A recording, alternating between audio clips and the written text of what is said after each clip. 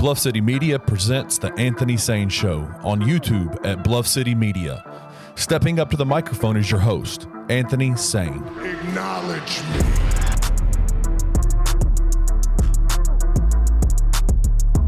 What's going on, everyone? Welcome to the Anthony Sain Show. I am, of course, your host, Anthony Sain.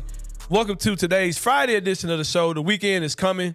Exciting things are happening in the NBA draft. You guys are when you guys watch this, the NBA draft would have already been over. We are watching it live as we speak. A lot of activity going on. We're still in the first round right now as we're recording this. Got an exciting show for you guys today. Got a good friend of mine, Chip Williams. He's the NBA draft analyst here at Bluff City Media. He's going to join us with Sit Down with Sain today. I actually have two Sit Down with Sains, Kenny Stubblefield. I have Tommy Jax, the owner of 901 Wrestling, a local promotion here. I've been to probably 80% of the shows they've ever done, and it's a great time. He's going to come out and talk today. He's also bringing the champion with him. Hunter Havoc is the world heavyweight champion with 901 Wrestling. Hey, man, let me tell you, man, Hunter's here already. Oh. That man scares the hell out of me. Oh, yeah, he's a lot of dude, for sure, man.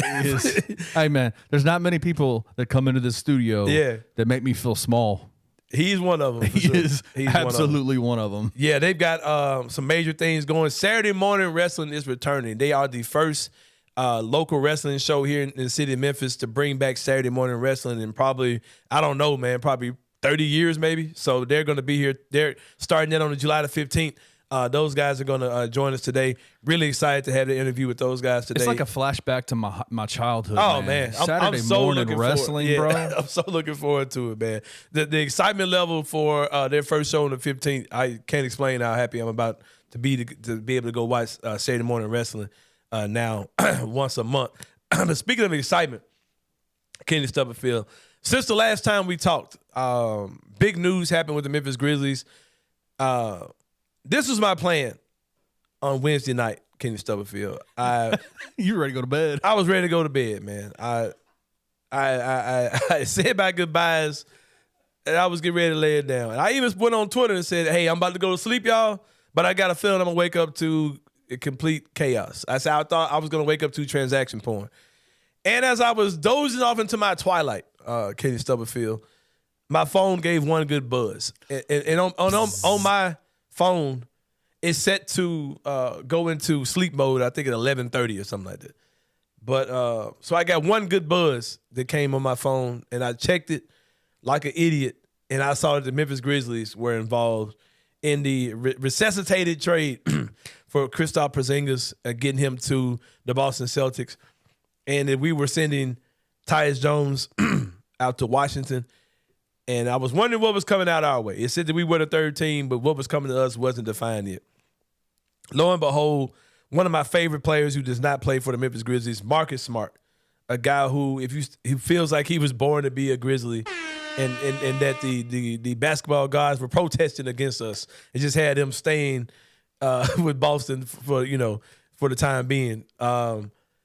Super excited to see him coming over. Was trying to understand it. My initial thoughts were, okay, that has to be, if anything, he's the 25-game replacement for Ja Morant. I was like, I definitely see that. I know he's an incredible defender. You're talking about a guy who was Defensive Player of the Year last year, not this past year, but basically 2 years ago, he was Defensive Player of the year that they went to the finals. I was excited about that. I was like, man, ties for him, that's cool. I was like, okay, so the math doesn't add up. What else is going out? What else is coming in? Then I saw that we were sending out 2 first-round picks. This year, the 25th pick, no clue what's going to happen with that pick. That went out to Boston. And the Golden State Warriors pick, which is that coveted pick we've been holding on to that we thought may have some value to it.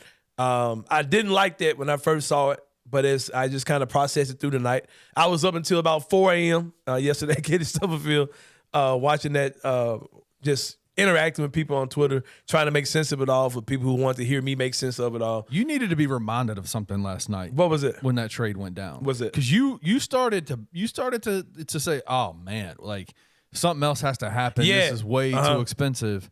And I had to tweet you something, man. Yeah, you did. You tweeted me something that's been my moniker for the last probably month or so.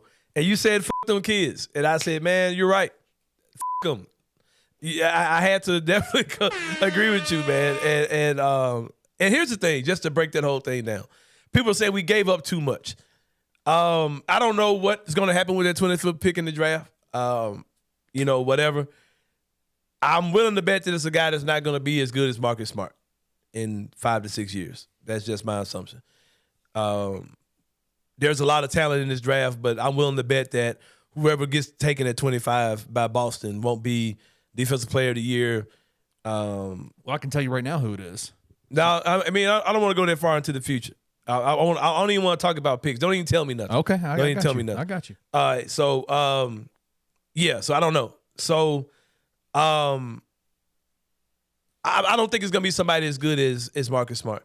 And next year's pick, I'll tell you, man, I was the guy who was thinking that pick is. I was keeping a close eye on the Warriors and how they were as a team, and hoping that pick would be good this year. I don't think that pick is going to be good at all next year because the Golden State Warriors, first of all, I just saw these guys win the NBA World Championship 2 years ago.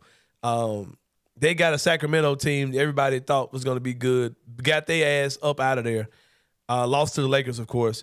They traded Jordan Poole today, which was wild as hell to see them do that. And I think they did that to make sure that they can keep Draymond, make sure that the Draymond's contract won't kill them going forward. And just to get a guy out who was kind of a toxic individual, man. It's hard to call the guy who got punched in the face toxic, but if you remember, man, when that guy got his ass knocked down by Draymond Green, I don't remember anyone running to his rescue. Not even a little bit. I ain't see nobody come out there for dude. So, yeah, man. So I think that he could have been a little problematic for that team, for sure. But I think the Warriors are set on winning, and they went and got Chris Paul today. I don't really understand that trade, be honest with you. Chris Paul probably going to come off the bench for them. I don't think they're going to try to play him and Steph together. Who knows? But I think Golden State will be a team that in the standings, especially with us being without Ja for 25, 30, whatever games it takes him to get revved up after he's back eligible again, I don't see us and the Warriors having being too far apart in the standings where our draft pick thing won't matter. And another thing too, as far as the draft picks are concerned, the Grizzlies have all their draft picks from today on. Like we don't owe anyone any draft picks. So I think that you're already off the hook for that, that trade you made with Boston. And you're acquiring a guy who is a definite talent upgrade for this team. Marcus Smart is, without a doubt, better than Tyus Jones. Like, that's not even debatable. That he's a much higher ilk player than Tyus Jones is. You're talking about a guy who's had playoff experience, who's performed in the playoffs. Just being honest, everyone loves Tyus. Tyus has not performed in the playoffs his entire run being here. I was thinking yesterday, remember Tyus didn't play in the bubble. I do not remember why he didn't. Was it that did he get an injury, or was it just he just like refused to play?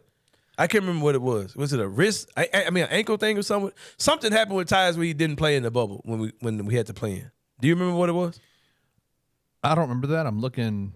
Yeah, I don't know. But he hasn't had like any awesome, playoff experience. Marcus Smart, on the other hand, big buckets, big rebounds. I want to say he had a game winner or a tip in. Or something happened with him in these particular playoffs where Marcus Smart was incredible, where he's had some great moments. And I'm excited about it, a guy who, if anything, he's going to be the best perimeter defender on the team. And I'll be honest. This morning, last night, I thought the Grizzlies were pretty much done as far as major moves, because I thought that, I was like, okay, Marcus Smart, I get it. He's 6'4". He's not this dreamy, sexy 6'7", 6'8"-ish wing that can, guard everybody on the court and can knock down threes. He's not OG Anunoby. He's not, Dorian Finney-Smith. He's not Cam Johnson. He's not, Mikal Bridges. He's not that, that perfect wing target we were going after. And he's, it's not even a wing. He's a guard. He plays, in the backcourt for Boston. But he does have a ton of experience playing against bigger guys. When you're Defensive Player of the Year, you're willing and able to, guard those bigger wings. I was thinking that when Ja comes back, they would tote out a lineup of Ja Morant at the point, Desmond Bane at the 2, and Marcus Smart at the 3 with Jaren and Steven Adams. if you reverse Bane, Marcus Smart, whatever you want to do for the roster sheets purpose, I don't really care.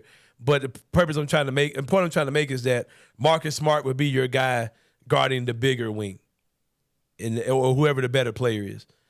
I've convinced myself that would work. I think it would be very unconventional if that's what they decide to do, but I really think it could work. As a reference point, the Memphis Grizzlies, when we had Mike Conley, Courtney Lee, Tony Allen. That was your 3 backcourt guys. And Tony Allen guarded the best player on the other side, whether he was the small forward, the point guard, or the shooting guard. And it worked pretty good, those grit and grind teams. Yeah, it worked pretty well. Yeah, so I think that could work. But I'm hearing people, me and you had this conversation this morning about how the Grizzlies still have the mid-level exception. They could get back into tonight's draft, those type of things.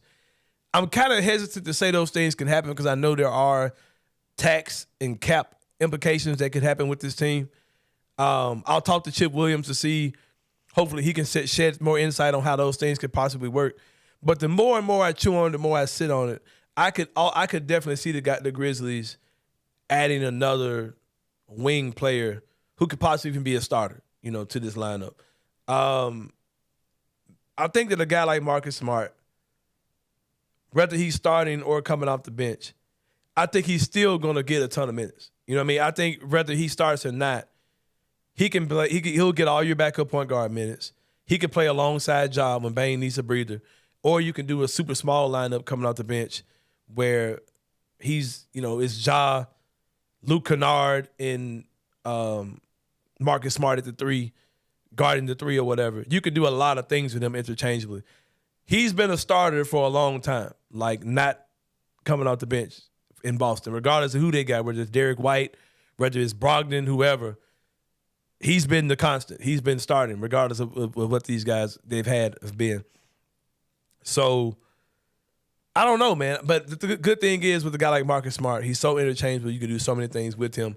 If the Grizzlies were to just stand pat and say that's our big move, or if they were to add another wing player, either as a reserve for depth or to get a guy who could be your starter, I think the possibilities are all out there. You know what I mean? He's just so damn versatile, man. Yeah, man. You could do so much with that dude. But I'm going to tell you what I keep thinking about, man. I think that this is what Grizzlies fans have to understand. There are a lot of people who are saying, well, we still, I think that we saw the value of Tyus Jones to the NBA last night. And I think we saw it last year as well. When he hit the open market, there were no big offers for Tyus Jones.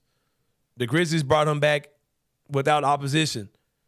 He was I think he was an unrestricted free agent, if I'm not mistaken. And Tyus Jones signed a contract for 2 years, $30 million with the Memphis Grizzlies. Yep. But no opposition. There was no other team that was really willing to throw money at Tyus Jones.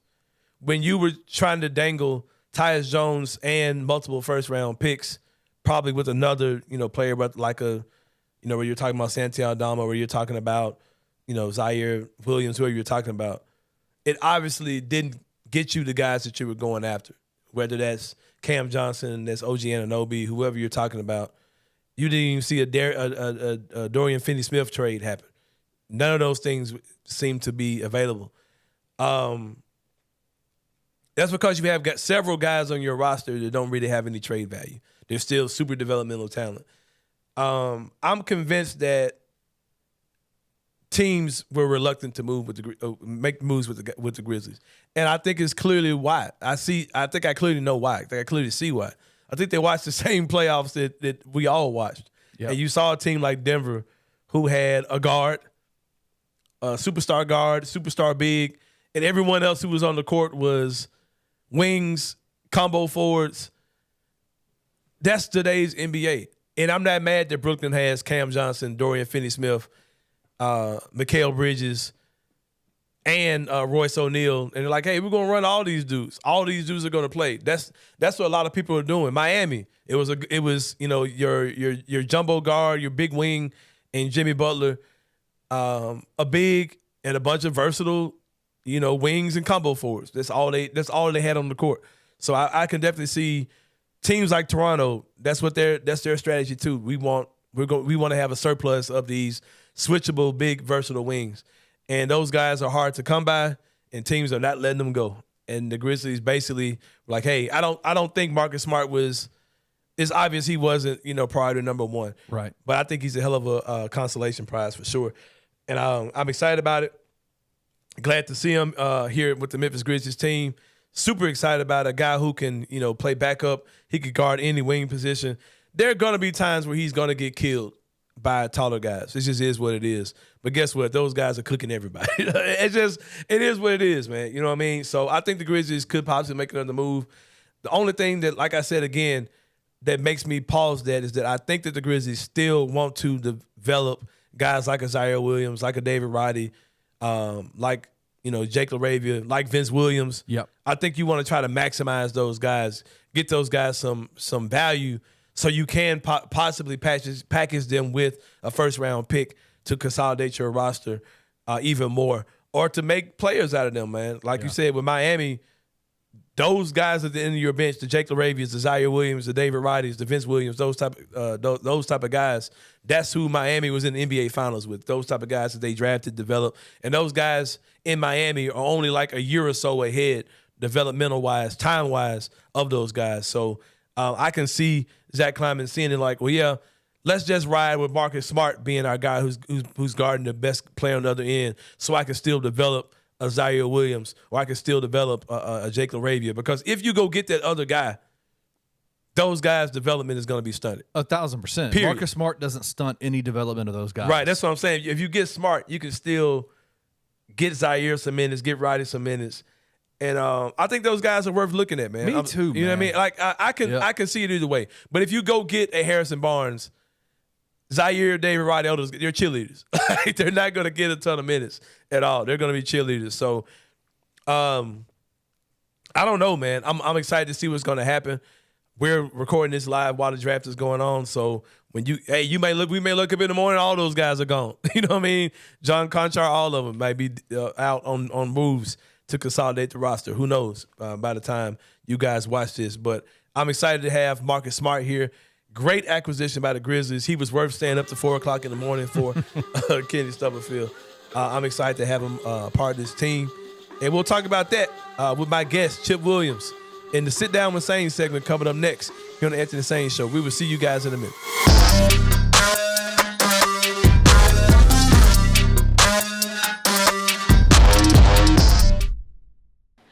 What's up, guys? I'm so excited to announce that we have partnered with Coaching for Literacy, and you can read more about them at coachingforliteracy.org or follow them on social media at Coaching for Literacy. Your subscription to Bluff City NIL is 100% tax deductible because of our partnership together. Thank you for supporting Memphis Tiger student athletes and helping promote the monumental cause of childhood literacy.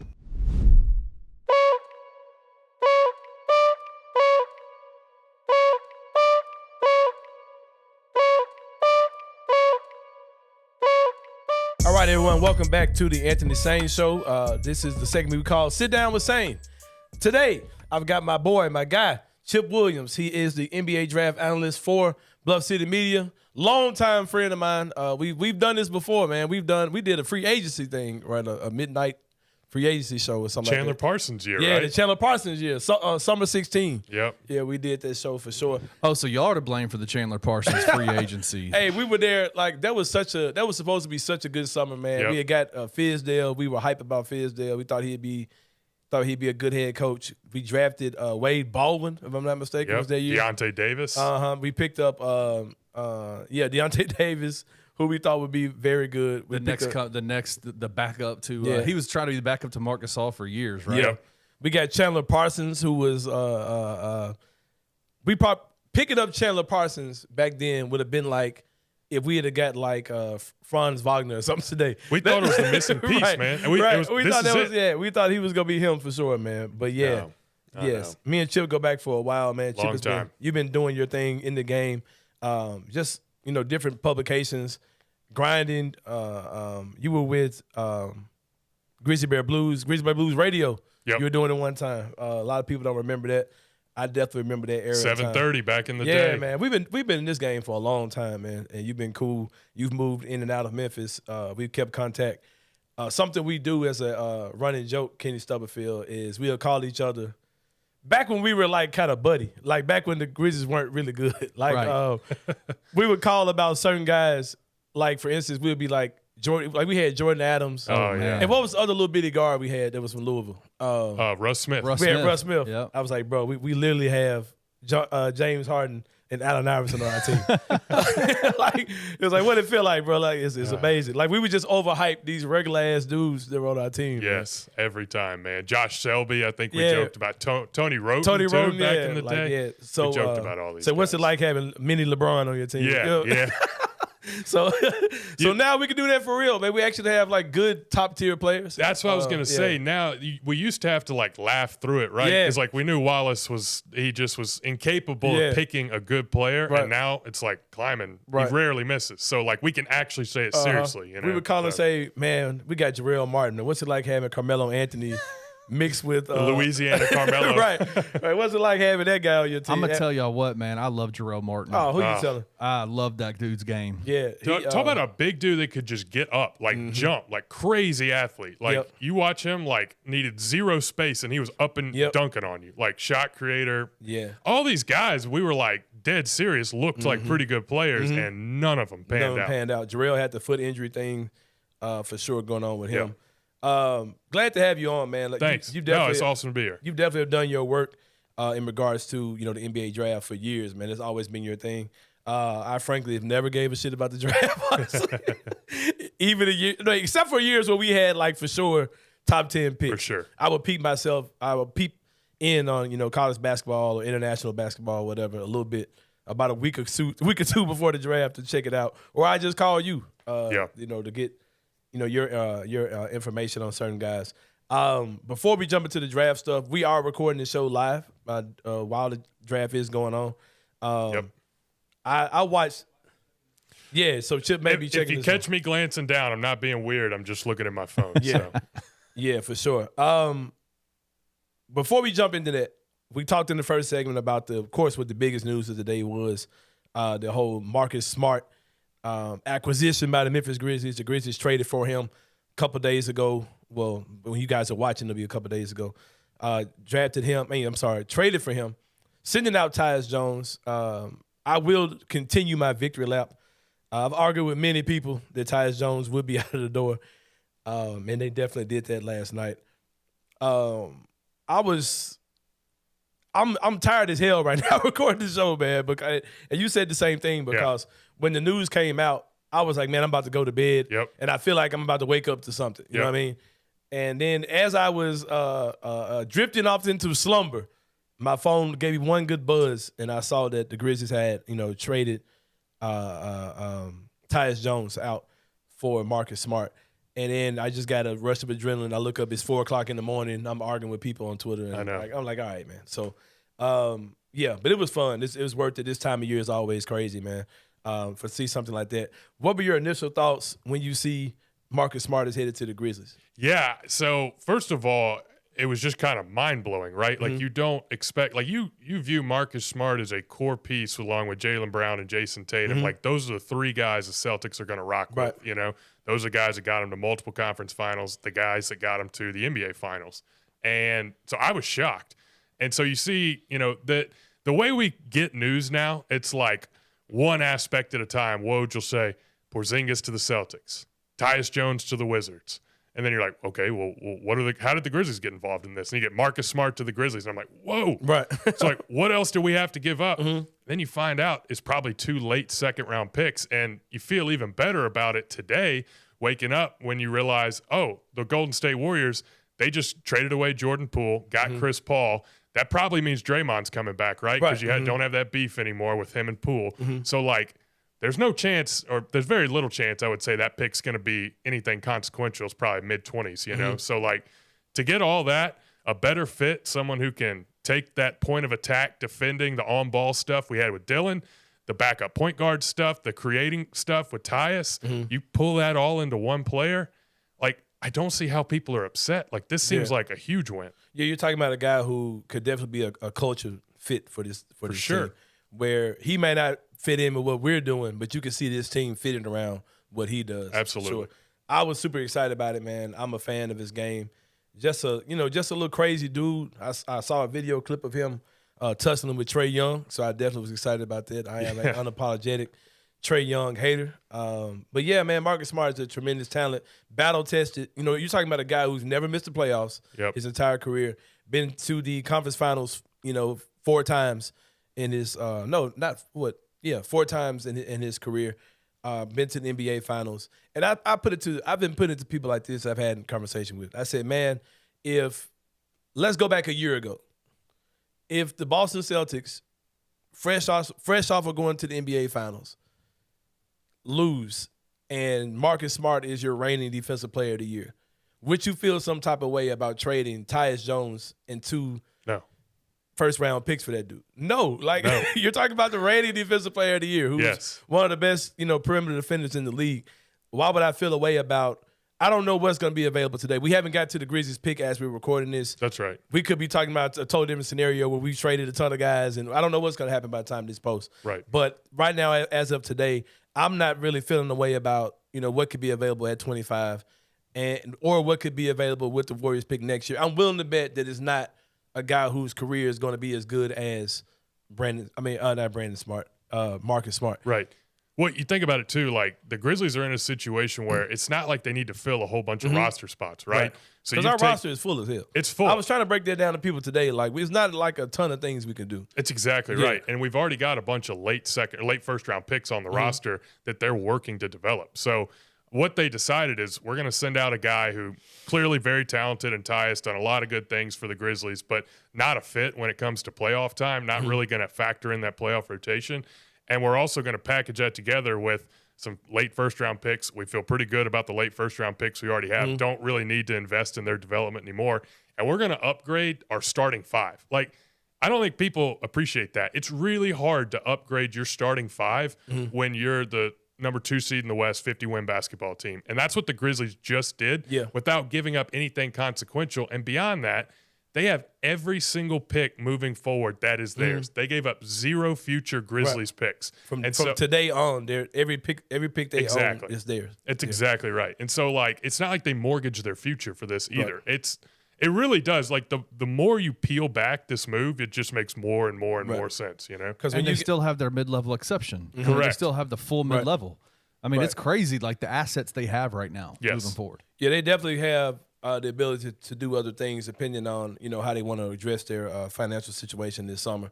I'm excited about it. When you add a guy like him, like I was saying this morning that if a fan, I was already on this anyway, and then a fan hit me up on Twitter, he was like, saying you would think people don't remember Mike Conley, I almost said Jordan Adams, Courtney Lee, Tony Allen. Yeah. That was a Grizzlies lineup at one time. It was good, too. Where you had Tony Allen playing small forward. That's right. Not particularly on paper, he's not a small forward, but he was guarding the bigger wing between him and Courtney Lee. Yep. Courtney Lee was 6'5", Tony Allen was 6'4", and whoever the biggest wing was, whether that's LeBron James, that's prime LeBron James, Kevin Durant, Kobe Bryant, whoever it is, that's who, Tony Allen was guarding. I could definitely see a situation where the Grizzlies try to squeeze as much as they can out of Marcus Smart. Absolutely. Go ahead. Well, I was going to say, you make the Tony Allen comparison, it makes total sense, right? You just do the Oklahoma State to Boston to Memphis. They were both 29 when they got here. He's also got the 6'9" wingspan, same wingspan as Tony Allen. Y'all remember, there's so many photos. You just Google Tony Allen guarding whoever. Watch him guarding Kevin Durant. He's right there because of how long he was, Smart's the exact same way, so you're spot on. Yeah, I wouldn't mind seeing it. My thing is, if the Grizzlies decided to say, okay, you're clearly going to start Marcus Smart until Ja gets back. That's not debatable. And when Ja comes back, the question is, okay, so what do you do with Marcus Smart? I would not be shocked if the Grizzlies kept that going, if they kept just to see, how far can we stretch this out? Because if you can make that happen, it makes sure if you can be successful with Marcus Smart out there, that's another playmaker on the court. He's not just a catch and shoot guy who's going to be in the corner. He's another playmaker that can be out there. You got him, Bane, and Ja on the court. if he can hold his own defensively, there's a lot of things you can do with him. So, like, thinking about this, it is draft night, right? And so one thing, a profile in the 2023 draft that is you can find a lot of these guys. It's this 6'4" to 6'6" kind of combo guard, right? The guy that can offer a little bit of creation for you, but really more of an off-ball guard. And, like, I was attracted to that from a Grizzlies perspective because that's not a profile we really have to take some of that creation off of Bane and off of Ja. Well, what they just did is they got one of the best combo guards in the league. Right. Like, people, I think they know that Marcus Smart can defend. They know he's sometimes struggle with his jumper, right? But what they don't talk about, this dude can really dribble and really pass. Yeah. Like, he really is a legitimate creation threat. Yeah. And, like, I think it's going to be exciting to watch him create for Kennard, Bane, Jaren, all these guys. Yeah, I'm excited about it for sure. Just diving into the draft, we're watching it as it goes on. So, you guys will know what happened by the time you watch. It's a surprise to us. Right, right. So everything is, just back to the future type stuff. But something I definitely want to talk about, going into the draft, there was a lot of speculation about what the Charlotte Hornets would do as far as drafting Brandon Miller and Scoot Henderson. Yep. They took Brandon Miller at number 2. It was Scoot Henderson at first was the original rumor. Yep. Things switched. Jokes came out saying that once Brandon Miller came out and said that his favorite player was Paul George, that Michael Jordan was petty and said, all right, take your ass to Portland then. I mean, whatever. But that didn't happen. Charlotte did draft Brandon Miller at number 2. What I want to talk to you about was the draft way better than me. I've seen Brandon Miller's profile. The way they're describing him seems like a heck of a player. Yeah. Scoot Henderson, I know more about him as being in LeBron's movie than what he's on the court. He's a kid from LeBron's movie. You know what I mean? So I'm not gonna act like I'm a draft guy at all. But I've read the profile on both of these guys. I've seen their highlights. They both look like amazing players. Is Brandon Miller actually the second best player in this draft, or was that a system fit, or I've already got LaMelo here, so I drafted Brandon Miller? Because if that's the case, I've got a problem with what they did. Yeah. I'm not a fit guy. I'm a best player available guy for sure. I'm 100% with you there. I couldn't agree more. Like, trades, free agency, that's where you go for your fit, right? What they just did with Marcus Smart. Right. The draft, that's an asset. You're looking to maximize that asset. You're looking to get the best possible player, right? So for me, I was a Scoot guy. I had Brandon Miller 6 on my board. I think he's really good. I'm not trying to disparage Brandon Miller, right? But, like, and some important context is needed. He put up really good numbers at Alabama, but he also played in the most NBA-style system that was available in college basketball. Nate Oates, the coach at Alabama, he's a threes and layups guy, and that's it. He'll space the floor. He'll have a rim-rolling big. Like, it is truly an NBA-type offense. So he's not having to deal with a lot of the spacing constraints that a lot of these top prospects are, So he was able to put everything he had on display, and that's not his fault, but that is important context when you look at this. Oh, my God, Miller was putting up these incredible numbers in college, Scoot Henderson, man, I know this isn't like, I can't quantify this with like some statistics I couldn't show you on tape. That dude is a friggin' killer. Like, he is wired the way, like, Kobe, the best guys. Yeah, when I saw him going against Wemby, I was like, yeah, that dude ain't scared of none of this shit. Like, yeah, for sure. I'm not betting against Scoot Henderson. Like, the tape that he put on in G League, it reminds me so much of, like, a De'Aaron Fox type, just, like, power guard, get to the rim whenever he wants, and, like, just FU finisher. Like, and I love that. So, for me personally, I'm a Scoot guy. I think it's a mistake to take Brandon Miller over him, but that's not to say I'm out on Brandon Miller at all. I think he's a really good player. Yeah, because my thing is, like, when you start talking about, well, draft the best fit, I've already got LaMelo.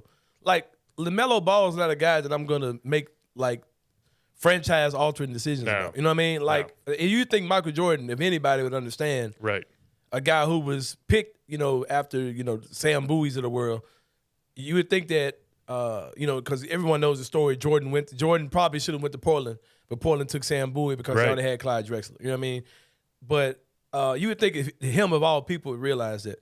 I don't know enough about it, so I brought you on just to see. Because I was like, man, I've been hearing Wemby Scoot all year long. I mean, that's what, that's what it was. And I'll tell you what, to your point about Jordan, I thought as soon as Jordan got in that room with Scoot, they were about to fuck up. that he was like, oh, this guy's wired like I am. Like, Yeah. I want Scoot Henderson. That's what I would have thought too. And so I'm surprised. I know that Jordan just sold the team, so maybe it wasn't even really his call. But they're acting like Jordan had a lot to do with this. I know. It's the whole thing is really weird. Brandon Miller's going to be a good player, but I'm not betting against Scoot Henderson. I just have a theory about Charlotte. I think they're just a completely unserious franchise, and they just made another unserious. I mean, Brandon Miller's a good player. Yeah.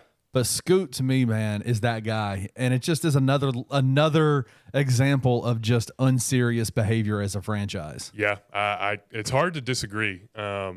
Like, I get it. The fit between LaMelo and Scoot is kind of weird. It's not perfect. Like, it's going to take some tinkering, you know.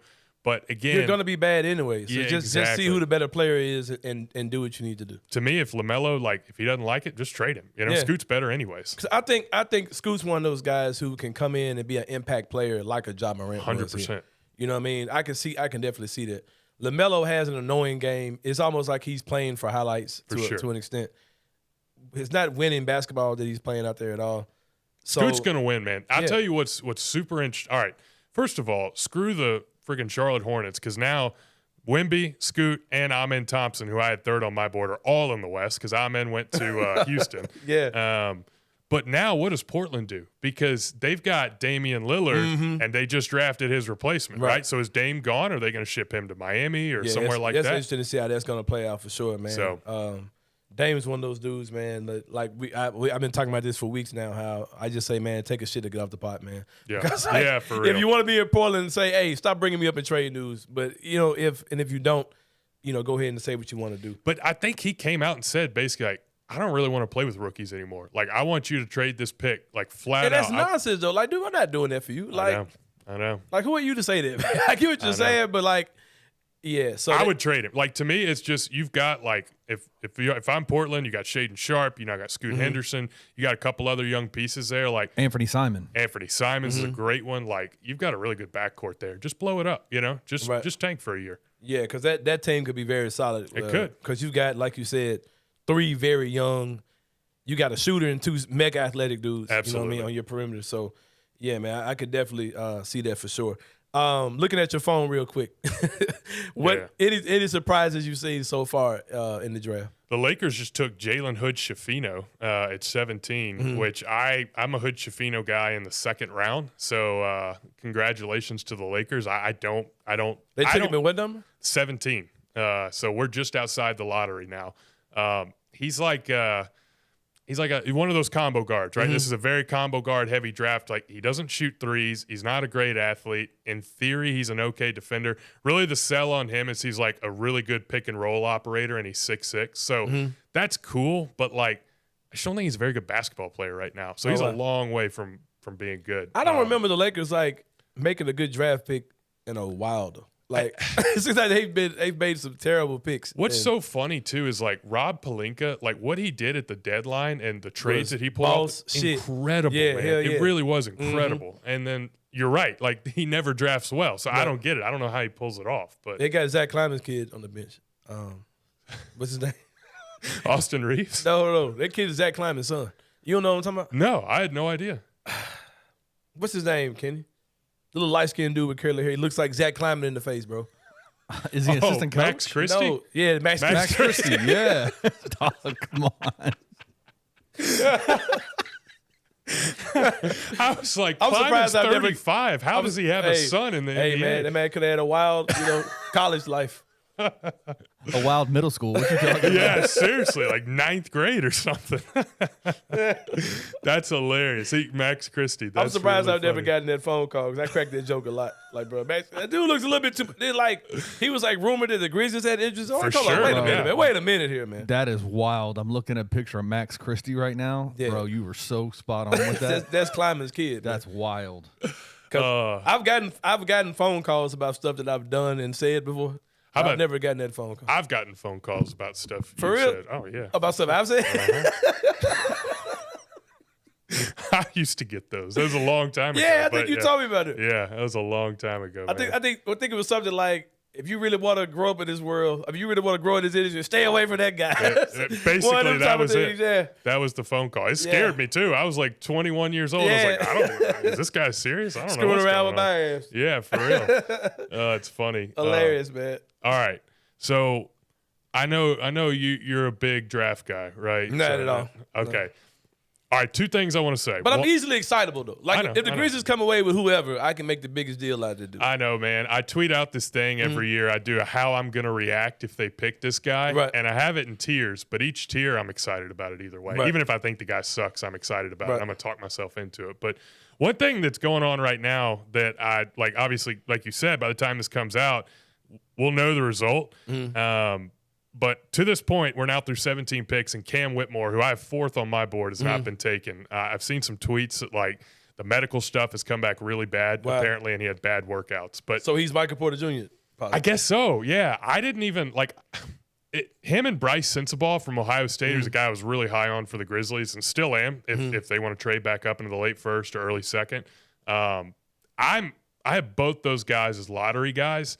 And both of them apparently have like some pretty real medical concerns. What's the kid from Duke's name who has some? Derek, same thing. Derek Whitehead. Why don't teams learn from it? Like it seems like every year there are guys who have red flags for like, oh, he's got a sinus infection. You know what I mean? So it's like, you know what I mean? But it's like, you know that kid's got game. Like Michael Porter Jr. should not have gone that far. 100%. Everyone knew that he was a baller. You know what I mean? It's like we look at this thing and it's like, oh, he had one injury 1 year, and that was the 1 year we got to see him in college, so he must be hurt all the time. Yeah. No. Like, he's played basketball for, 14 years before this point. Because I love Jaren, but I wanted Michael Porter Jr. at 40. For sure, yeah. A lot of people did. Healthy, when I put out my mock drafts, because that year I gave a shit about the draft. Yep. That was the year I was like, Lucas trash. Like, y'all overhyping that dude.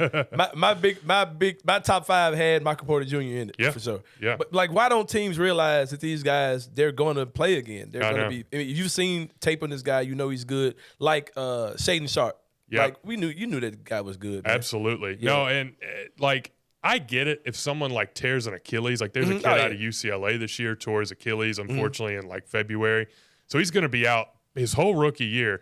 And then Achilles is like truly could be a career-altering injury. Some people bounce back, some don't. But beyond that, I'm with you. Like unless there's something like fundamentally wrong with their body, I don't get it. Like, yes, they got hurt. Yes, they're going to get better. They're going to be the basketball player that you watch them throughout their whole high school entire life. Yeah, exactly. The guy's been awesome forever. I'm 100% with you. Like, honestly, Whitmore dropping over here has me itching. Like, I wonder if Kleiman starting to... Right, exactly. He's taking a look at this. Is he interested in that? Can he move Zaire in a pick or something to move up a little bit? For real. All right, we are wrapping up with Chip Williams, who is the NBA draft analyst here at Bluff City Media. What other than Cam Whitmore, what you're talking about? Yep. Predict the future for us. Okay. Tell the people by the time they watch this, we'll already know. Predict the future on what you think the Grizzlies could possibly do tonight, and just the entire offseason. Some things you see the Grizzlies possibly doing to improve what we've already seen so far. I think Kleiman can't help himself. I think he's going to trade up in this draft. I don't think it's going to be anything crazy, like probably something in the 30s, something like they did with Kennedy Chandler last year, to go up and get his guy. I don't know who that guy's going to be. If Bryce Sensabaugh is there, I'd love to take a shot on him. He's a shooter, shot creator out of Ohio State, 6'6", 230, hearing his name big a lot. Old dude. Yeah, I'll hear some. The one guy I am so convinced is going to be a Grizzly at the end of this night, whether that's pick 56 or they sign him on a two-way, is a guy named Demoy Hodge out of Missouri. If you do all these like stats-based searches on like who the Grizzlies have drafted, I guarantee you he's he can number one. Like steals. Yeah, steal percentage is like 5 point something. It's the threes, the assists, the steals, like all of it. Right. He hits all those. The crazy thing about him, he will turn 25 years old in December. He is super old. Like not DeAndre Williams. Not DeAndre Williams old. But he's old. He's old. Yeah, he's NBA. As far as the rest of the summer, man, it feels like we did the big move, right? But I've seen. So I'm not a cap guy. I defer all that stuff to people like Matt Hardlick, the guys who are really smart, right? But he was basically saying that if they move off of like a Zaire or they move off of John Conchar, then that would give them a little more flexibility from a tax perspective to offer a multi-year mid-level. So that's what I have my eye on. If they move Conchar or they move Zaire, for nothing, like throwing him into basically, space. yes, Right. and or like an expiring, like a 1-year deal or something, then that allows him to really offer that full mid-level for multiple years. So I feel like that would be the precursor to something bigger this Yeah, summer. if they make a move to shed salary, That's exactly right. That pretty lets you. That's ringing the bell. They're probably going to do something. Like Harrison Barnes, Yeah. Bruce Brown, obviously one. Yeah. Some people brought up. I would so- lose my shit if we get Harrison Barnes. I ain't gonna lie. Yeah. Me and Kenny talked about that this morning. I'm kind of leaning more towards that might actually happen. Yeah, because he's people kind of washed, but I still like him. Yeah, I mean he's still a vet guy who's He's exactly won, what you need. He's Yeah, won at for the sure. highest level. You can start him. You can play him at the 3. You play him at the 4. For sure. He's a guy who probably he's came off the bench before, so he may be down for something like that, especially at this stage of his career. Somebody told me he's got some type of Mid-South connection too. Like he's Really? got people here or something. North like that. I don't know. Carolina guy. I I don't know. Could be. Somebody said he's got grandmama cousin or something. He was something. like the next Jordan. Remember, he was a man. huge prospect. That dude was a loved big deal. Barnes. Big deal for sure. I got a question for Chip before we get out of here. Yeah. You got Zaire Williams, you got Jake LaRavia, and David Roddy. Oh, Who has who has the biggest role next year, and who is most likely to not be on the team next year? wow, that's a great question. I'll go most likely to not be on the team, probably Zaire. Biggest role, I'll just throw a take out there. I think it's going to be Jake LaRavia. I still really believe in that guy. I think you go back and watch the first 15, 20 games when he was in the rotation. This guy was moving the ball. He was knocking down shots. The way that guy sets his feet, turns, gets square, and fires the ball all in one motion quick. I believe in that. And then you watch what he did in the G League too. The shooting numbers were really good. I just believe in Jake, and I think the front office very much does as well. I think a lot of people jumped off the bandwagon because he got hurt, then he fell out of the rotation and never really was given a chance after that. But the G League stuff was really good. First 15 games or so was encouraging, and he was our best player at Summer League the year before too. So, yeah, I guess that's how I'd rank him. I love Big Body Roddy too. So I think him and LaRavia have a really good chance of playing next year. I was a long-time Zaire guy. I'm not ready to give up, but if you're making me pick between the 3, I think he's the most likely to not be on the roster next year. Well, before we wrap up with you, Chip, the most Miami Heat selection, most obvious, you knew this, who they were going to take selection happened. Who did Miami draft? Oh, man. Can I look or you Just want me to guess? Guess, yeah. Who did they take? In my little bit of research I've done, I said, yeah, that guy's going to be a Miami Heat. I'm trying to think. It's not Cam Whitmore, right? No. Okay. I don't know. Who it? Jaime Jaquez. Of course they took Jaime. Yeah, That is perfect. Of course they did. Oh, my God. Of course they did. Yeah, you man. know, ESPN had him mocked there, too. They always Yeah. do the mock based on intel, and I was like, of course. Yeah, I Yeah. don't know why I didn't say that. Yep. Yeah, man, for Of sure. course they did. Well, my boy Chip, I appreciate you coming out with me tonight, man. Always Good appreciate to have it. you. Got to have you on some more, man. Yeah. As the year goes on, I'm 2 nights a week now, so Let's go. I'll be calling on We you. got probably. this incredible studio, Oh, yeah, man. man. I'm It's so your live, man. impressed. It's your This live, is for real. awesome. Hey, Chip, say the word, man, and you can do whatever you want to in here, Let's man. go. Say Let's the go. word. We I got Now love that you're back in Memphis, man. Yeah, I love it, man. I'll be back for sure. This is awesome. We got the memo saying that Chip's available for all your pre-draft needs. I said, let me Hey. get my boy up in this joint. This is my 7th podcast in the last 3 days. I already know it, man. Yeah. You're doing the real Adam I'm Silver tired, type bro. tour in I'm this not joint, gonna man. lie. I'm tired. Yeah, for sure. This was fun. Of course, Tired of talking about this shit. you know I was gonna do this, man. This My is boy. the best. My boy Chip Williams in the building. We about to take a break. When we come back, it's gonna be a fun segment, man. I got my guys Tommy Jax and Hunter Havoc from 901 Wrestling gonna come in with us. It's gonna be a fun little moment here, man, on the Anthony Sain Show. We'll see y'all in a minute.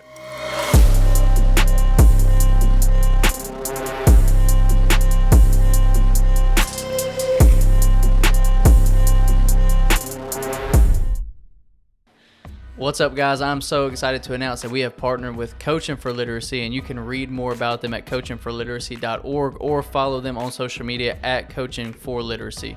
Your subscription to Bluff City NIL is 100% tax deductible because of our partnership together. Thank you for supporting Memphis Tiger student athletes and helping promote the monumental cause of childhood literacy.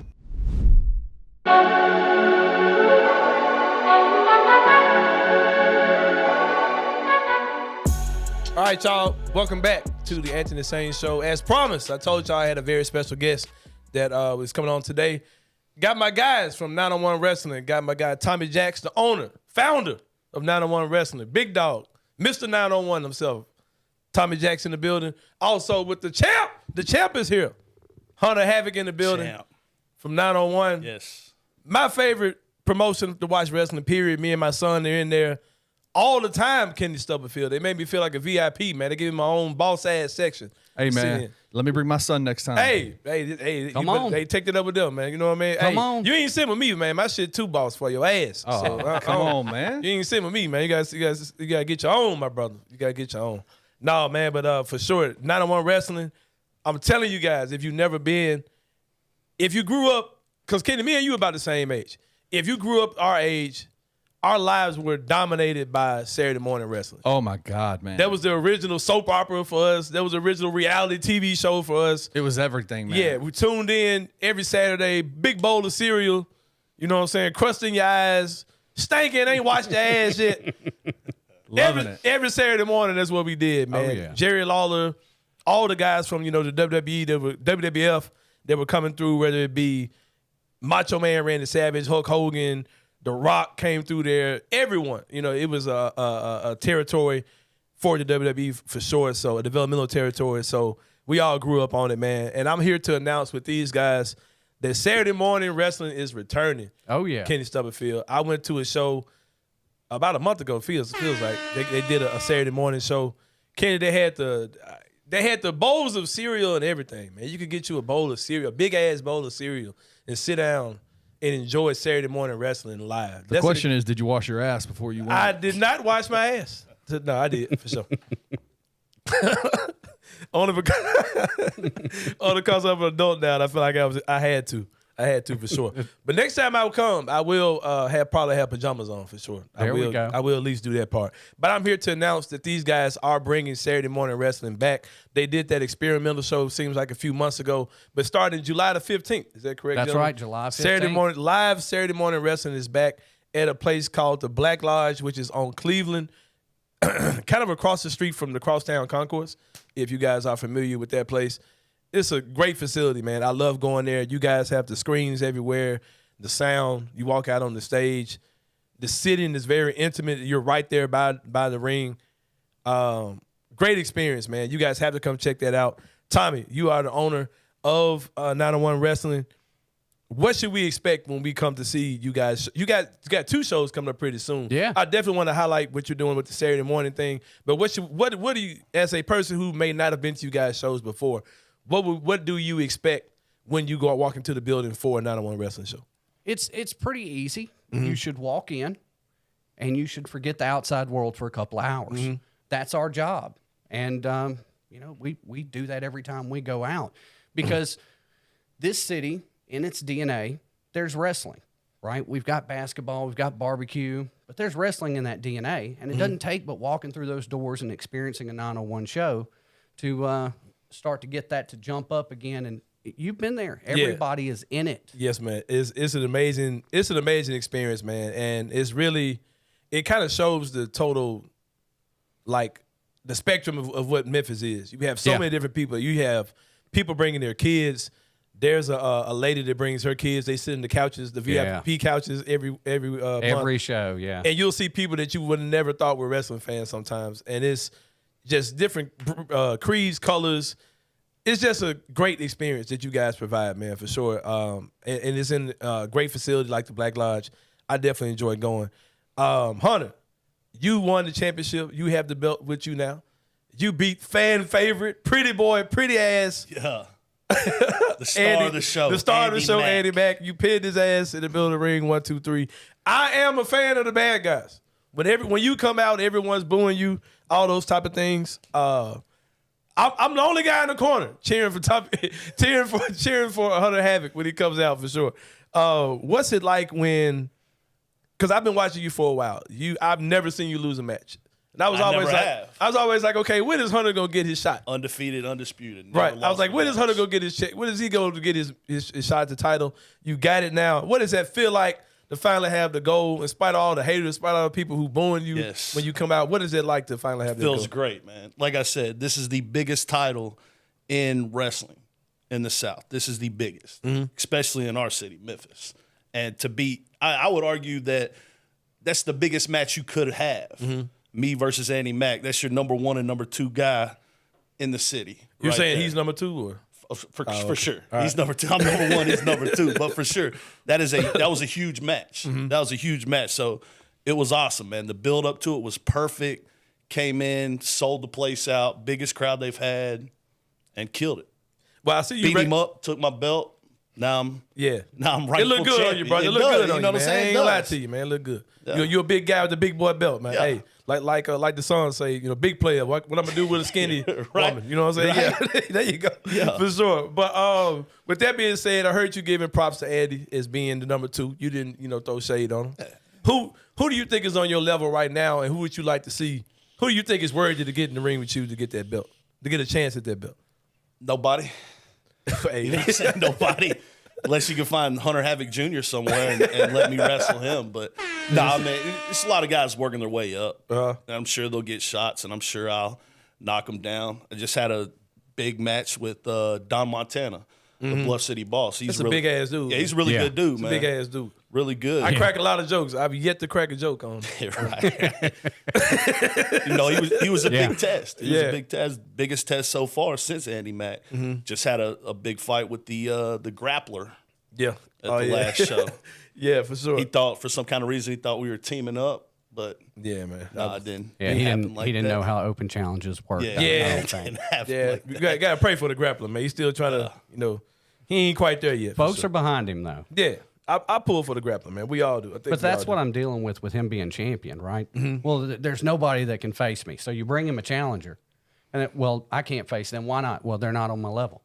Well, what am I supposed to do, right? I don't know, man. You know, Hey, you looking like you him for sure though. I ain't gonna lie. Has it been hard to get Hunter fights? Like, are people coming and they want to fight him? Yeah, I mean- people no show all the time.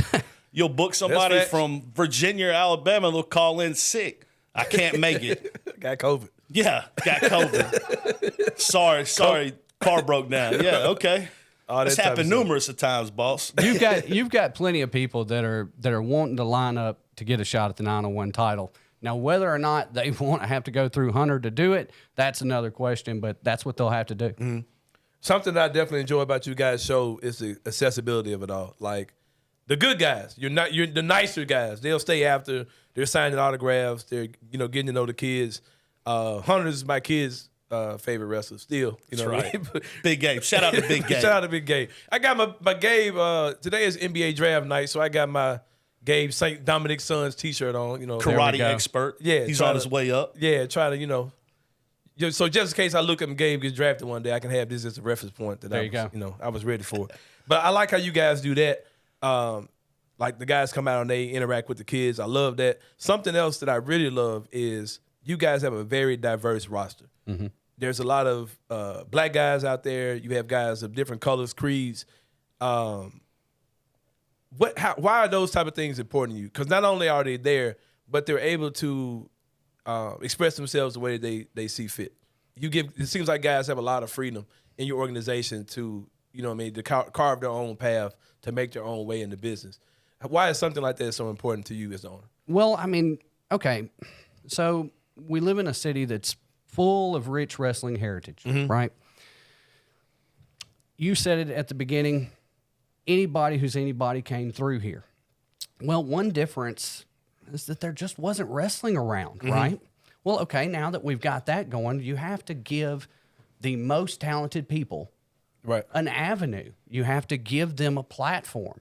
And if you do a good enough job of picking the most talented people, that's what you're going to get. You're going to get a diverse roster. And, the day that we live in, why wouldn't you have a diverse roster? Right. Like it just, Especially it here makes- in Memphis, it in this makes city, yeah. sense, but that's not the route that we're seeking. It's who is the best in this city. They need to be on this show. Right. And they are. Yeah. And I love it, man. I love you guys almost have it almost feels like you're watching, everyone is tight knit there. Like the faces, you guys know wrestling terms. All the faces are cool. All the heels are like, they got respect for each other. I just love how it feels like you're at home when you're watching a 901 wrestling show. The way it's supposed to be. Right. It Feels like you're pulled up in front of the television. Yeah. It doesn't feel like you're watching And when we set out to do this, that was the goal. The goal was to bring it back to the city, it being wrestling. The feeling that we all got growing up, watching it, going to the Coliseum, going back, watching it some more, eating the cereal in the morning, the going to school after the weekend and talking to our friends about what happened on Saturday morning and how we wanted to go to all of that. It's just built in. So it's like the goal from the very beginning was to make sure that it felt like that, but was also today, right? So you could slip into the warm, blanket for Saturday morning once again, and now we're bringing that back. So, Hunter, when you come out to the ring, like you draw heat like very few guys in the city. Yes. Everyone likes to boo you. You seem to embrace that type of stuff. Is that real? Like, do you get up for that type of stuff? I do. Does it make you want? Do you take that out on the guys in the ring when you come out? For sure. They're going to get beat up either way. You know what I'm saying? So it doesn't really matter about that. But yeah, I love to get a reaction. That's why I do what I do. That's why my art is what it is. I love that reaction. If I could come out and interact with somebody and have them yell at me, whether it be, yeah, I love you, Hunter. Hunter, you suck. I won. Right. I won. I took their mind away from whatever they were thinking about, and they came and had fun at a wrestling show. Yeah, man. I was sitting with a guy who was mayoral candidate Paul Young's brother, and we were at the show, and it was so funny, man, because Hunter he walks out, and he identifies my friend, and he peeps him out, and he says, "I'm your damn mayor." Now, what was funny is I'll let you on the inside secret about that. My daughter had a dance recital that morning. He was there at the dance recital because it was a parade campaigning. So I had spoke to the man and everything. He had no idea who I was. I talked to him. He was breaking down what he was gonna do and his policies and stuff. I was like, cool, man. Love. Left, show up. Bad guy wrestler comes out, starts talking to him. He instantly gets heated. I saw him over there. He was hot. Oh, man. He said, "I'm your damn bear." That was so funny, man. For sure. But what's some of your background, Hunter? Like, how did you get into the industry? Like, how long you been doing this? Tell me your story. Man. So background is always wanted to be a basketball player, but was a football player size. Yeah. I mean, I can hoop too. Don't get it wrong. Yeah, but that was up. Played football, White States High School. Played a little bit of semi-pro. Trained mixed martial arts after, and just had to find something athletically to do. Once I realized football was over, I wasn't gonna be a Dallas Cowboy. Had to find something to do athletic. I'd probably go crazy. So now you the king of Memphis. The king of Memphis. Well, there it is. The king of Memphis. Go. There it is. My buddy, Dangerous Devin Dixon. Actually, he was training to be a professional wrestler, going to a wrestling school, and he taught me into trying it. I didn't go with him. He went to Las Vegas. I stayed here and actually went to a place off Perkins. Got trained and everything. That's what's up, man. That's what's up for sure. Yeah, the rest is history. Yeah, the king started a run that king of Memphis, unmatched by any. Undefeated, never lost in the ring, man. Yeah, I can attest to that. Never lost. Oh, and another, just to add to where you're talking about the roster, everybody on that roster is from Memphis. Yeah, I've noticed. It's homegrown. Everybody's here. Everybody, we are Memphis wrestling. For sure. Like, we do shows in the city, outreach, anything we can do. Yeah, man. I've seen you guys out at trivia nights and all that. Yeah, I love what you guys do for sure, man. It's such a tight knit group of guys. Tommy, you guys are now going to be doing 2 shows a month. Yep. You do your monthly evening show, which starts around like 7 o'clock, I believe. Yep. And then you do the monthly Saturday morning show, which I'm so amped about that, man. Hey, Kenny, we got to go to the next one, man, for sure. If I can sit with you, I'll go. Oh, all right, man. You can sit with me. Thank you, man. You got to wear PJs, though, man. I got PJs. Crust in your eye. Breath stinking. You got approval. You got to come now. Sain normally brings one VIP guest with him every time. Yeah, Let's go. You got to come. You got to follow up in that joint, Kenny. You brought your boy back last time, man. He had his little jersey on. Oh, yeah. Shout your guy out, man. My boy Devin Walker. There it is. From Grass City Media. Shout out to Big Devin Walker. He was in that joint with the ECW jersey on. He's a vintage wrestling tee collector. I know Devin talking a gang of shit back there. Oh, yeah, for sure, man. Devin's my boy, man. We always have a good time whenever he goes. But, Tommy, you guys are doing the 2 shows a month. Let us know what's coming up as far as, like, rivalries that might be going on, big matches that are coming for your next show. You got one coming on July the 1st, if I'm not mistaken. Oh, yeah. Tell us, that's a 7 p.m. show, right? Yes. Okay. 7 p.m. bell time. Tell us about that, the next show you got coming up, and also just what are some of your ultimate goals for 901 Wrestling, just continuing to leave this fingerprint in the city of Memphis? Well, it's funny you should mention July 1st. A lot of announcements haven't been made yet. I'm going to actually make one on the show if that's Okay. cool. The main event's been out there since our last show. Andy Mack versus 18-19 champion Kevin Bless. Okay. Title on the line. Probably Kevin Bless's biggest test so far, if I had to guess. Yeah, for sure. Right? That's going to be amazing. That's the main event. But in the opening contest, we will have a brand new debut. Okay. Cat I've gotten a lot of high praise about, going up against sensational Bobby Ford. Okay. Bobby Hometown favorite, and he's going up against a cat that's coming from a good little distance away. He's going to actually intro himself when he's at the show, but by the name of Marcus Dillon.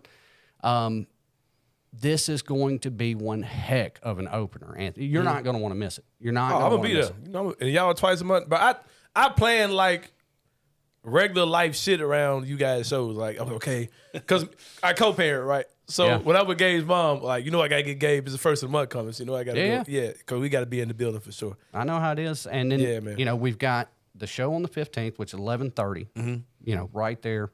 And that's one thing that I'm super kind of stickler about. Show starts on time every time. Every time, yep. Every time you get there, you know what to expect. So get there when belt, because that match is starting, right? But the biggest deal is that when we started this, it needed to be a thing in the city again. My end goal for 901 Wrestling is that it is just that. It is a thing that people do in the city. I mean, it already is, but to a level that it may be close to where it once was. Yeah. You know, because it's an important thing to have. I mean, you've seen how people enjoy themselves when you come to shows. You enjoy yourself. Your son enjoys yourself.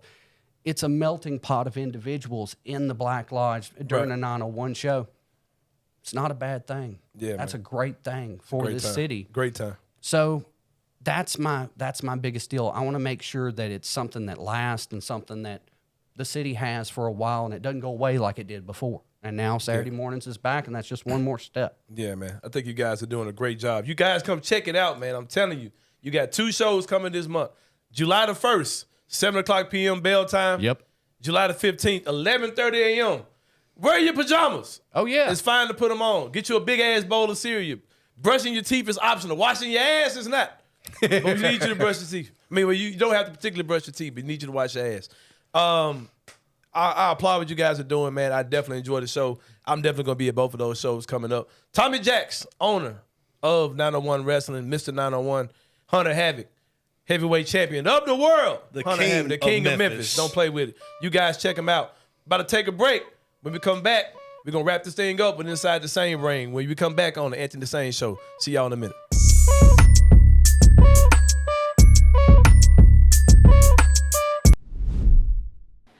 What's up, guys? I'm so excited to announce that we have partnered with Coaching for Literacy, and you can read more about them at coachingforliteracy.org or follow them on social media at Coaching for Literacy. Your subscription to Bluff City NIL is 100% tax deductible because of our partnership together. Thank you for supporting Memphis Tiger student athletes and helping promote the monumental cause of childhood literacy.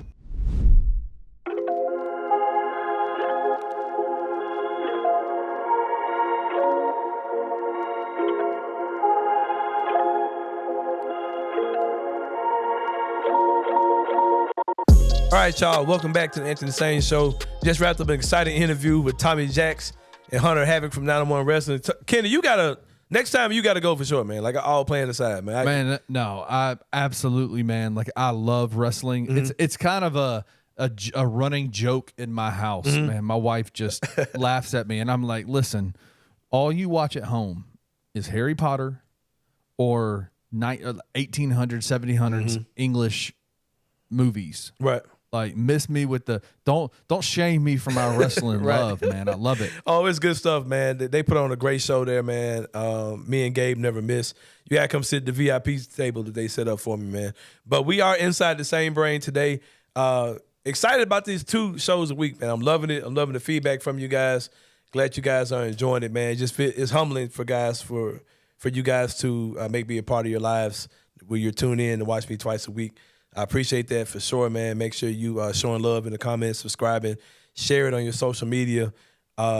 Just appreciate it, man. I appreciate you guys tuning in. Inside the Same Brain, I got a couple things that have been on my mind today. I think the internet is kind of going crazy. I think that we just have a little bit too much liberty as far as internet is concerned, man. Big story, of course, is the submarine. I heard Gabe Kuhn calling it something else. Yeah. Like, I thought it was a submarine. He called it a sub. It's a smaller. It's like smaller than a submarine, but it's called a submersible.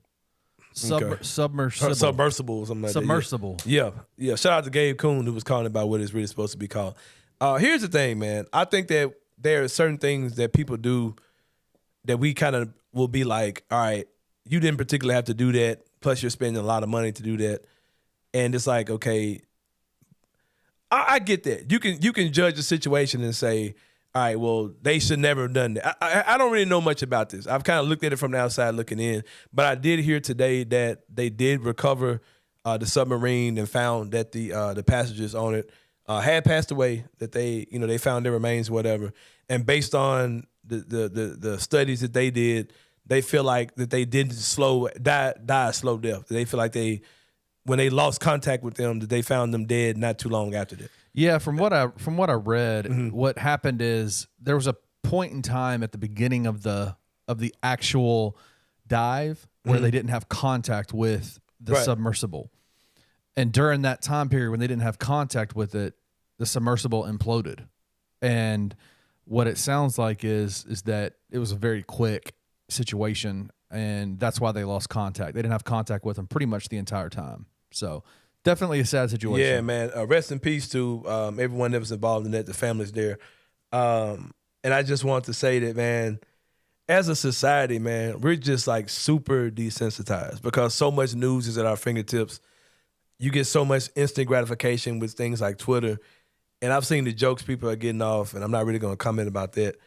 But it's just like, man, we're at the point where we're almost dehumanized by social media. And like I said, the instant access, instant gratification you get to. So I just think we shouldn't even have access. I just wish there were some things we just didn't know, man. Because the way that people have kind of handled this whole situation, people are, and I get that you could say, well, they didn't have to do that. That's something they did as a luxury. It was a rich people flex or whatever. But still, man, people died in that situation. Families have been forever impacted. Yeah, man. By this, and I just wish that we weren't as desensitized and ready for the next joke or the next meme. And I'm a person who, I get crude humor. I'll make crude jokes sometimes. I make inappropriate jokes. I understand that whole thing. But it's like, man, we're really messed up as a society because we joke about some wild stuff sometimes, man. And but yeah. We joke about things we don't understand. Yeah. And that's I think a lot of times what the internet has done is given us access to things and has created a mentality where we're willing to not understand things. Right. We're willing to not dive deep into what really happened. And listen, back in the day when things like that would happen, if you didn't understand it, you probably didn't know about it, right, and you didn't have a platform to actually get off some get your opinions up, get your opinions out. And it's also, it's easy to say certain things when there's no one knows who you are and there's a phone in your hand. You can just shoot off these crazy thoughts about something and there's no repercussion to it. You know what I mean? So yeah, it sucks, man. Cause there was a joke that I'm not going to say that some of the jokes I've seen haven't been funny. I'm not going to be that tight-assed about it. Cause it was a joke where someone said, just remember, that could have been your family in this situation. And this black girl says, I'm sorry, sir, that couldn't have been my family because I'm black. You know what I mean? But I was like, all right, whatever. Like I said, that's funny. I get crude humor. But with that being said, we also have to be compassionate to understand that someone did die in that situation. Whether it was they were out rich people flexing or people make the jokes. Well, I know it was white people and all those type of things. Those things are funny. Those things are cool. But we also have to, have that human element of compassion. Like I said, rest in peace to the people who were involved in that submersive situation. It really sucks. But on the back end, I will talk about something about people being too sensitive, and that is the Marcus Smart hair situation. I got off my jokes. A lot of people were joking about that. How Marcus Smart, of course, wears green hair. plays for the Boston Celtics. Someone brought this to my attention yesterday in my tweets, and I quote tweeted what Marcus Smart said. Marcus Smart basically says something to the liking of, I was wearing my hair different styles. I started doing the color thing, and my mom was saying that I should do my hair green. And she never got to see me with green hair. She passed away. So I started rocking the green hair to pay homage to my mom. I was like, okay, I get that. Well, keep it green if you want to keep it green, bro. If that's what you want to do. And I'm just getting off jokes. So there was an article that came out today where several people were like shaming ESPN for a Photoshop job they did of Marcus Smart with the Grizzlies uniform with the blue hair in his head. And I'm an entrepreneur. I have my T-shirt company, Asylum Tees 901. This isn't an Asylum tee, but this is one of my creations that I made for my son Gabriel. Check it out. Let's go, Gabe. Yeah, check it out. Gabe number 32, St. Dominic Sons. Check it out. So my mind is, okay, I'm about to make a Marcus Smart shirt with Marcus Smart with blue hair. You know what I mean? So I don't think that's offensive. I think that's crazy. Because my thing is, I've never met Marcus Smart's mom, right? So, but I will say that I think that the green hair thing was her saying, I want you to wear green because you play for the Boston Celtics. I think that'd be pretty dope if you had green hair. If there's another story behind the color green, maybe. My mother's maiden name was Green. So whenever we post something about our family, instead of using a red heart, we'll use a green heart. You know what I mean? That's just something we do. I don't know if it's a family thing like that where the color green meant something to her, but I was making an assumption. I think it has something to do with the Boston Celtics. I think that if Marcus Smart played for the Grizzlies, she would have said, hey, make it blue or make it purple if you play for the Lakers. So I just think as a society, we're quick to try to cancel stuff. We're quick to try to shame people for ignorance sometimes. Like, man, if you didn't know, you didn't know. Like, ESPN didn't know that. So why are you trying to make them like they're some type of bad guys for suggesting something like that? I just think the basis of what I'm saying with Inside the Same Brain is we're just weird as shit. Yeah. I mean, we're weird, man. Like, social media and the internet has just made us crazy. And crazy people. I don't think it's reversible, man. I don't think it's reversible at all. Do you think that, let me ask you this, and this is a sociological kind of question for you. Do you think that we should, that it would be better in those kinds of situations to allow Marcus Smart to come out and say, hey, I'm offended by what you just said? Why are we offended for him? Like, why are we offended before he's even said anything? Yeah, right. Like, that's weird, right? Like, it honestly makes me wonder if it was just a bunch of Boston folks going, man, no, we don't want him to go. You know what I'm saying? Yeah, or just having that type of energy. Yeah. Or just that energy of, I'm going to be offended by everything. Yeah. Yeah. It's like we're just strange as a society, man. Like I said, just showing the two sides of the coin where there's some stuff we're not sensitive enough about and there's some things we're just way too sensitive about, man. Like, social media has messed us all up. We feel like we just have to be validated by people. Like, we have to get approval of strangers. You know what I mean?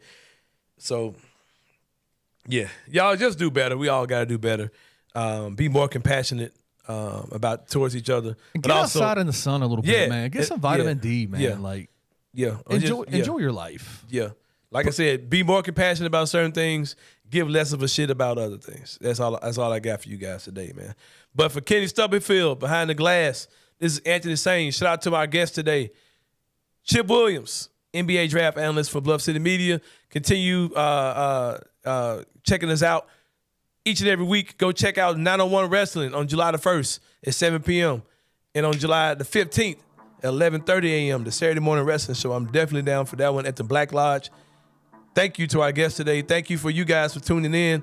You're tuning in twice a week with your boy now, man. I love it. I'm excited to be a part of you guys' lives. We about to slide about this joint. Until next time, until next Wednesday, we'll see you guys. Anthony Sain Show, and we out. Thank you for listening to the Anthony Sain Show. If you enjoyed this episode, leave a rating and a review wherever you download your podcasts. Also, like and subscribe to Bluff City Media's YouTube page. For comprehensive coverage of Memphis sports, head over to www.bluffcitymedia.co and find out how you can become an insider. We will see you back here next week.